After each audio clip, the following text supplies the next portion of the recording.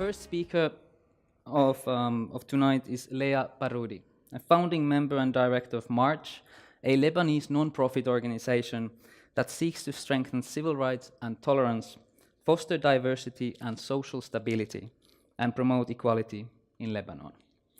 Her project is an inspirational story related to topics such as integration, de-radicalization, coexistence, and tolerance. Please welcome Ms. Baroudi to the stage. Thank you. Is this working? Good afternoon. The story I want to share with you today is not from the perspective of a typical peace fighter.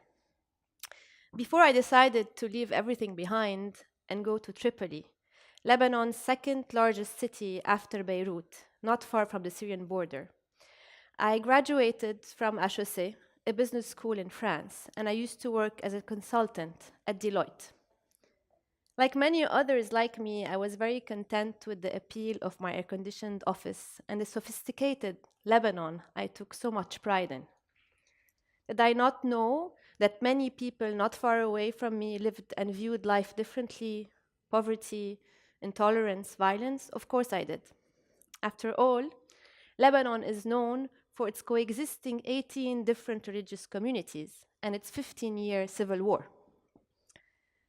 Syrian refugees and influx was massive, and Lebanon's wealth was unequal among the Lebanese population.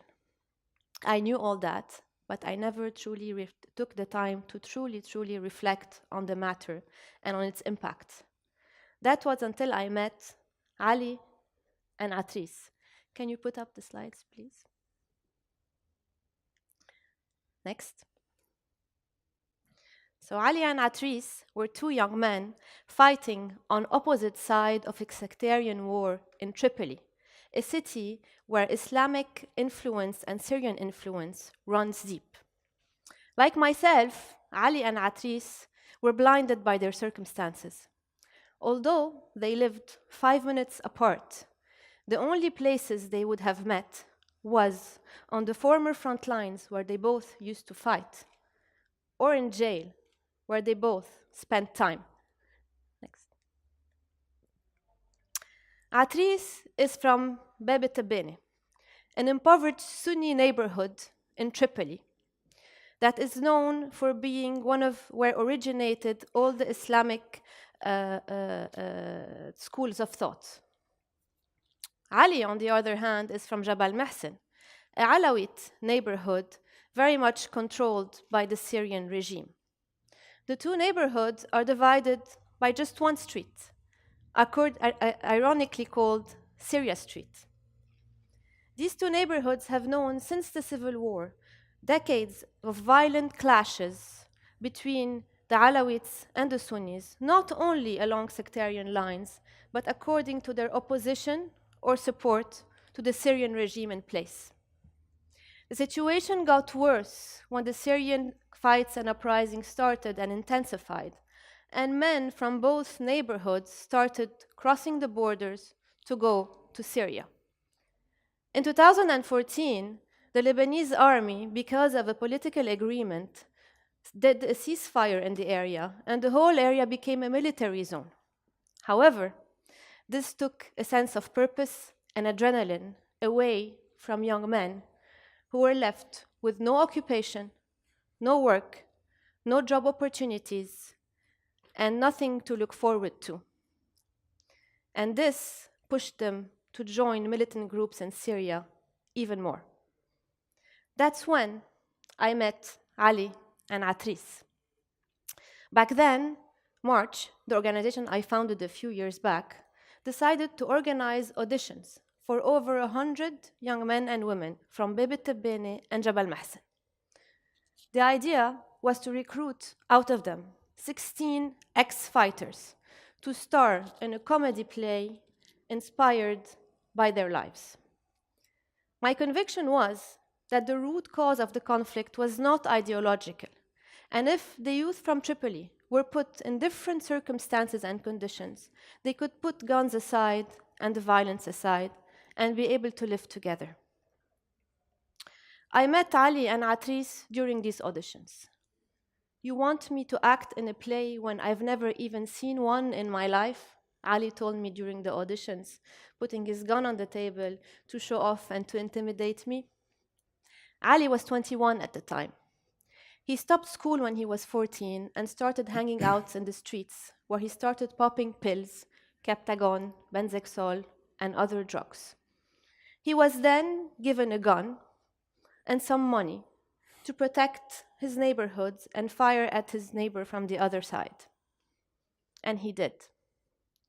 He was then asked to go to Syria to fight alongside the Syrian regime to protect his sect. And he did. He ran away after 2 months because he could not stand the atrocities he had seen there. And he came back and started selling drugs and fighting for a living. Atrice, on the other hand, comes from the Sunni impoverished neighborhood of Beit Tabbane. He was 24 at the time. He refused to shake my hand because I was a woman when we met during the auditions. When I asked him who his heroes and role models were, he told me very provocatively, Al-Nusra Front, because they die for a cause they believe in, because they die for Sunni Islam. But he also told me he was stateless, not because he was not Lebanese, but because his parents failed to register him at his birth.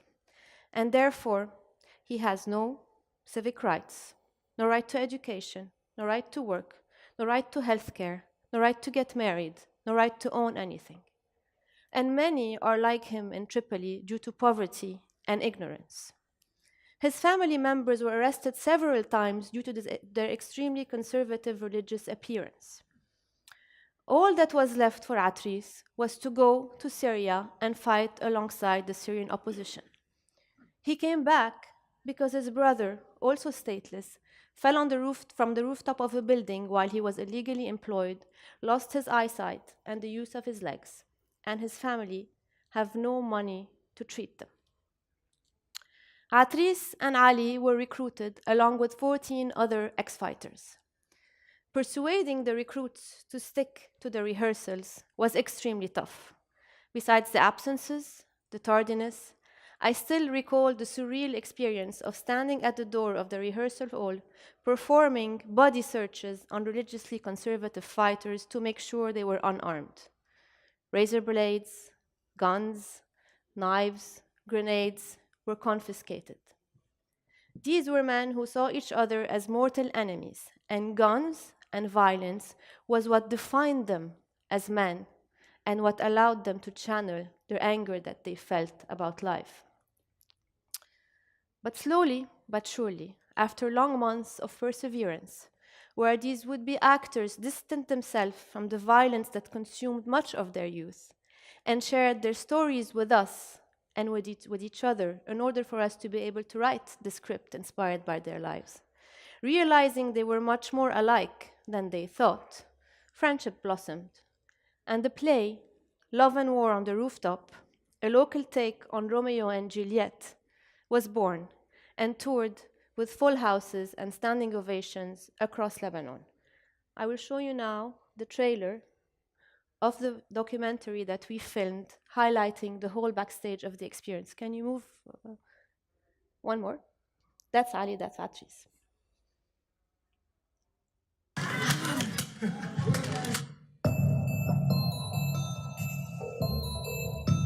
أنا أول ناس دعم مسرحية أصلاً كمان فرد شفتوه كلكم.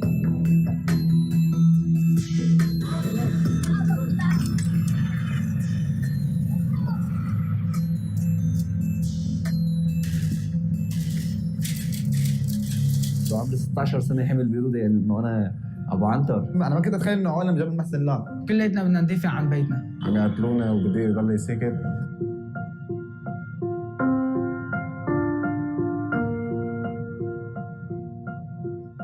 بيني وبينك السخن اللي كان بده ينزل، أنا بدي أنزل ولا اسكت، اخذها مسخرة. مسرحية بدهم يعملوها الجامعة حتكون مسرحية. إذا في شغلة نفعتني بالسجن هي إني قدرت أتعرف على ناس مثلك، وقدرتوا تغيروا لي الوضع براسي كله سوا.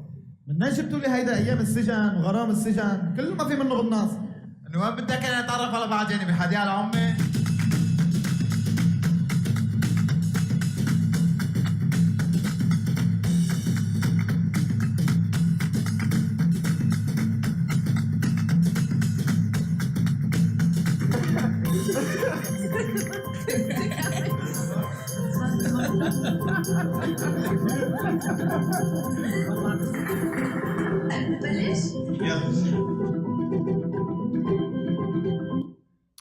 The success of the project and of the play and the happiness we felt was tainted when Atrice came to me after the first few performances and announced to me that he was planning to leave after the tour was over. I thought he was going back to Syria and all that was done for nothing. He told me he was planning to flee to Germany in the illegal boats that were taking Syrian refugees. I told him it was too dangerous and he was going to get himself killed. And he answered that although he no longer believed that fighting or going to Syria was the solution, we were going to leave after the play and he would have nothing again. He told me, "We are nothing here. I have nothing to lose." That's when I decided it was the worst time to pack my bags and leave. Ali, along with many like him, was sent to a drug rehabilitation center, and then Ali took English classes and computer classes. We worked on Atrice's paper along with others like him. And together, along with the other youth that participated with us, we opened a cultural cafe on the former front lines between the two areas on Syria Street to act as a safe space and a hub for young men and women from both sides to meet around art, culture, sports, and positive ideas. The cafe hosts concerts, performances, has a recording studio for our young rappers, and also language classes, English, Arabic for the illiterate, graphic design, and many such as these. The cafe has been open for 2 years, and we had to move a few months ago to a bigger location due to its success. But we had realized also that we needed to tackle at the same time other root causes of the conflict and the violence, which was the unemployment and the unemployability of these young men and women. And this is where the Bab al-Dahab, or the Gate of Gold initiative started. Through the Bab al-Dahab, young men and women from both areas are rehabilitating the shops that were damaged on the demarcation line between the two areas during the war. While the men basically get taught basic construction skills, rehabilitate the shops, the women are taught graphic design and design the signs and the marketing material of the shops. One more, please. And one more, please. Up till now, 250 shops on the former demarcation lines were restored by these young men and women, and 250 ex-fighters were employed in the process. The philosophy of Bab al-Dahab is twofold.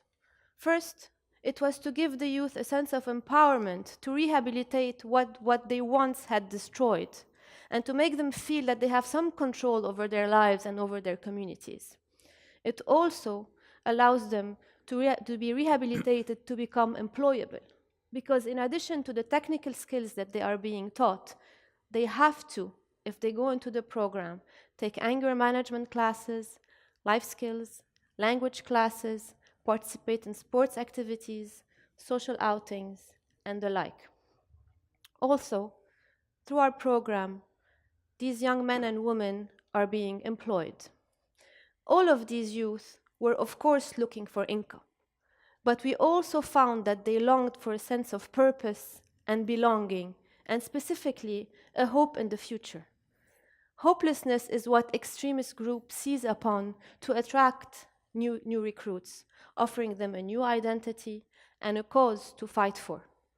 So challenging this requires a holistic approach that provides these youth with an alternative that is cool, yet allows them to channel their anger and change their lives for the better, and gives them hope, because hope is the key. I just want to conclude by saying one last thing. The speed with which these people were transformed from enemies to friends, from radicals to activists, of course delighted us, but it frightened us at the same time, because speed works both ways. Let's not underestimate the ease with which ordinary people, can be turned into belligerent extremists if they are put in conditions of poverty, marginalization, lack of hope, lack of identity, and all of that. And this is therefore urgent to stop marginalizing large segments of the population and do something about it at a state level. Thank you.